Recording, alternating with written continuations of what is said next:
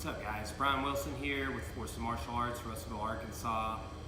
Just going to do a vlog topic with you today about the jab.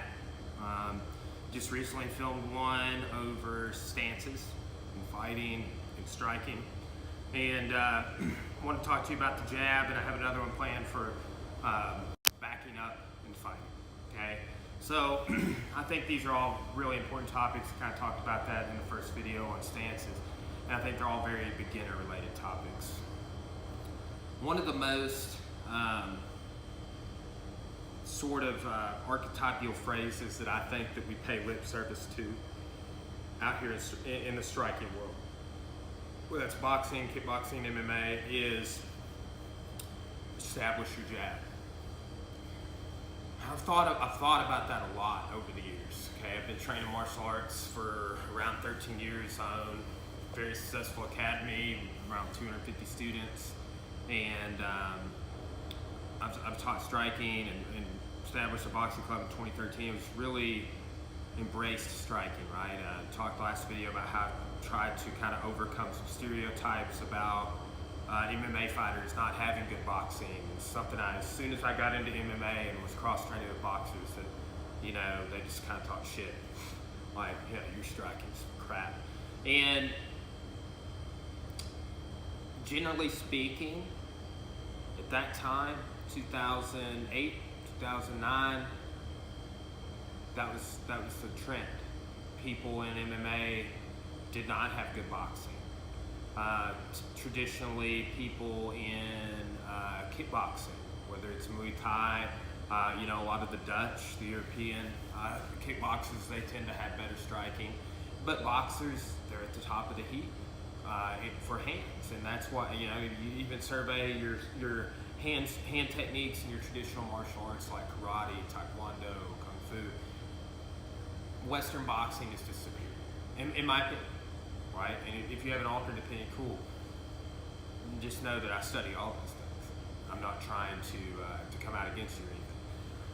And I think you should. And I think that that's how I derive my perspectives that I share with you guys, by having an open mind and not trying to be biased when it comes to getting to the bottom of things. Not trying to be someone that is arrogant, like, well, I'm a boxer and you're a mixed martial artist and I'm better than you. It's not like that at all.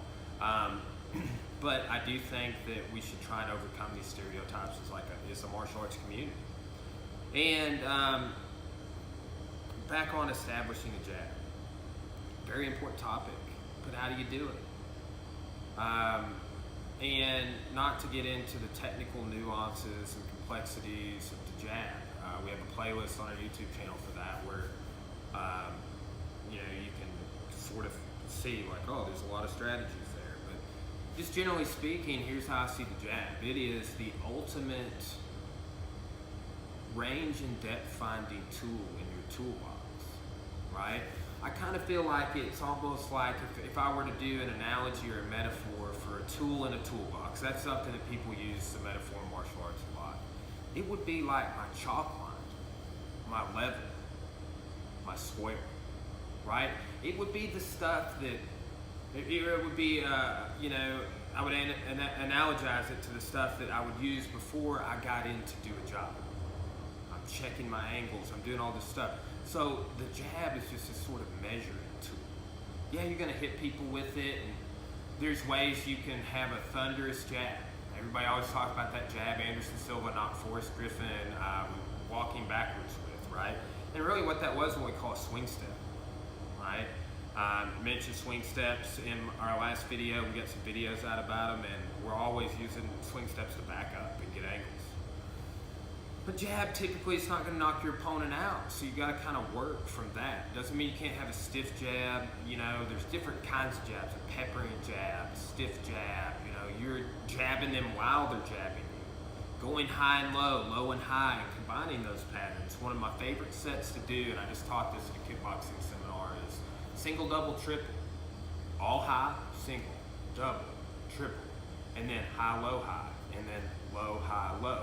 And beyond that, you start adding other concepts like if you hit high and their guard is real strong, don't hit them super hard. Soft, hard. Stuff like that, right?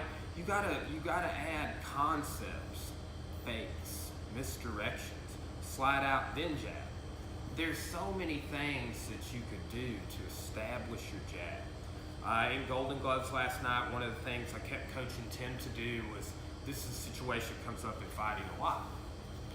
Boxer A, my guy throws a combo. Bop, bop, bop, bop.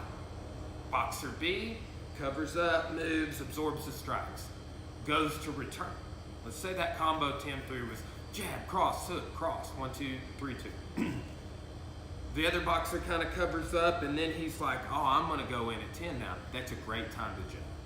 All right? So I think that in terms of somebody that I'm seeing right now out there that has a great jab, and everybody talks about this guy for every reason under the sun, is Vasily Lomachenko. That guy's lead hand is always working, okay? And the thing about that too, that lead hand is twice as close to your opponent as your rear hand. If you're southpaw, right? Whichever hand is in front, that's your jab hand, and it is going to set up that power hand for you. So if you're, an orthodox fighter, you're trying to set up that power straight right or an overhand or a rear hook, you're going to have to use your jab to do that, right? Doesn't mean you can't do it without, and you should. Not all combos start with the jab, all right? But a lot of the combos I first teach people do. Jab, cross, hook, cross. Jab, cross, lead, body hook, cross. Jab, rear body hook, lead hook, cross. Jab, cross, uppercut, cross. Jab, cross, hook, uppercut. All start with the 1, 2. 1, 1, 2, 1, 2, 1. Those are some of the very first things, 4 straight that I teach people. Just being able to use straights and incorporate your jab. Outside of that, like I mentioned a minute ago, you're doing combos like a 2, 3, be able to throw a jab after that, right? How could you slip a jab in and then not expect it? Well, after a combo, people are gonna try and hit you and come in on you after you do that to them. It's a great time to throw a jab and disrupt what they're doing, okay? So, look, just this general idea here. I use my jab to counter takedowns. I use my jab to counter people closing the distance. I use my jab to counter kicks. I use my jab to counter the jab, punches, okay? Jab is diverse, and I'm gonna challenge everybody watching this video to see the jab is not something that, oh, it's not my dominant hand when I throw it. I think that's why everybody wants to be both sides, is because we do so much jab in boxing that they either get tired or their jab feels weird because it's their left hand and they just don't want to do it.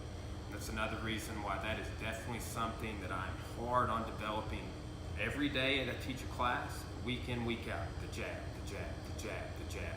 For me, you've got to have a good understanding of stances, fundamental defense at all times, and the first strike that you should really start branching out with once you get down the mechanics of how to move your head and torso, how to stand, where your distribution of weight and balance is, jab. All right, so again, establish your jab. What does that mean? How are you going to do that? That's my challenge. All right, thanks for watching our channel, guys. Check back on our for a vlog on backing up, right? And look, we're doing vlog topics about these because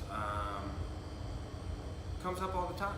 And we're doing technical videos about them too, technique videos of, hey, here's where we use that. And it's just trying to provide resources and an infrastructure for you guys to come here, watch, and develop your game. Here's the talk about it. Here's the technique. Go work on it in the gym. Thanks for watching, guys. Appreciate you.